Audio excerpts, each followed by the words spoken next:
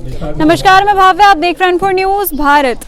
13 तारीख को पहले चरण का चुनाव हो चुका है झारखंड में। अब दूसरे चरण का होना है 20 नवंबर को और लोग काफी उत्साहित है।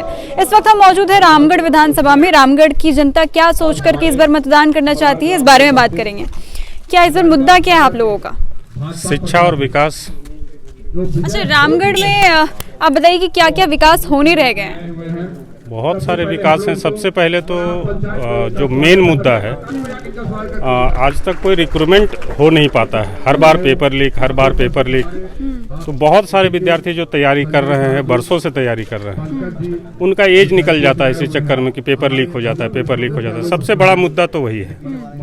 उसके बाद रामगढ़ में विकास हुई है, बाकी भी बहुत सारी चीज़ें हैं। खेलकूद को बढ़ावा देने के लिए वैसा कोई भी नहीं है, प्लेटफॉर्म यहाँ पे नहीं है। ये सबसे बड़ा मुद्दा है। जैसे कि अभी आपने कहा कि जो रोजगार का जो मुद्दा है, पेपर लीक हो जाते हैं, वो आपने पूरे झारखंड को दिमाग में रख करके कहा।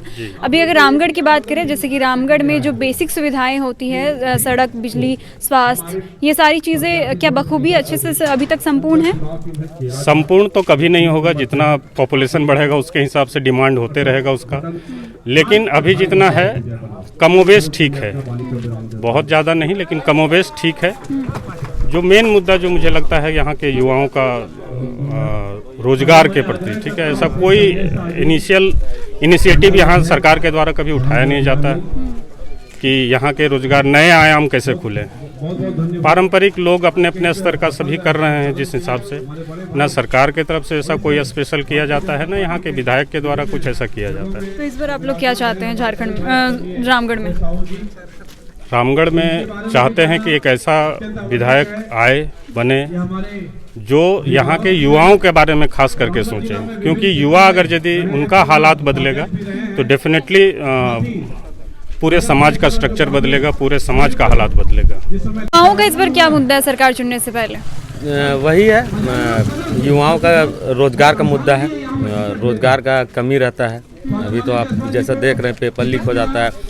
काफ़ी साल से स्टूडेंट लेवल के जो लड़के रहते हैं, मेहनत करते हैं, एजुकेट होते हैं, पैसा लगाते हैं, उसके बाद लास्ट मोमेंट में पेपर लीक हो जाना। तो ये सब चीज़ें को देख के थोड़ा सा आदमी को बहुत ख़राब लगता है। और एज भी क्रॉस हो जाता है, एज लिमिट भी उनका क्रॉस हो जाता है। तो वही है। और जो बेसिक से सुविधाएं, रोड का सुविधा चाहिए, हाई क्लास का स्कूल चाहिए। अभी रिसेंटली हम लोग कोरोना पेंडेमिक से पास किए हैं, तो उस लेवल का हॉस्पिटल नहीं है हमारे यहाँ पे। रामगढ़ में एक बना है, लेकिन उसको थोड़ा सा और डेवलपमेंट चाहिए एक क्लास का। क्योंकि अगर यहाँ से रेफ़र करता है तो हम लोग डायरेक्ट रिम्स जाते हैं, तो वहाँ का जाने में जो टाइम लगता है, टाइम टेकिंग है, बहुत सारे मरीज मर जाते हैं। तो उस लेवल का एक हॉस्पिटल रामगढ़ में भी चाहिए। हाई क्लास का एजुकेशन चाहिए जो फ्री हो, ये नहीं कि पब्लिक का पैसा लग रहा है प्राइवेट स्कूल्स का। तो वही मुद्दा है। तो रामगढ़ के लिए क्या चाहते हैं? क्या लग रहा है कि इस बार परिवर्तन होगा या फिर नहीं? मैं सुनीता चौधरी जी जीतेंगे। काम किए हैं वो, तो सुनीता चौधरी जीत रही हैं। कैसा चाहिए आपको अपना विधायक? मुद्दा इस बार है पॉल्यूशन को लेके कि हमारे एरिया में पॉल्यूशन बहुत ज़्यादा बढ़ गया। इंडस्ट्री एरिया का जो सीमाना है उसको बहुत ज़्यादा बढ़ा दिया गया है।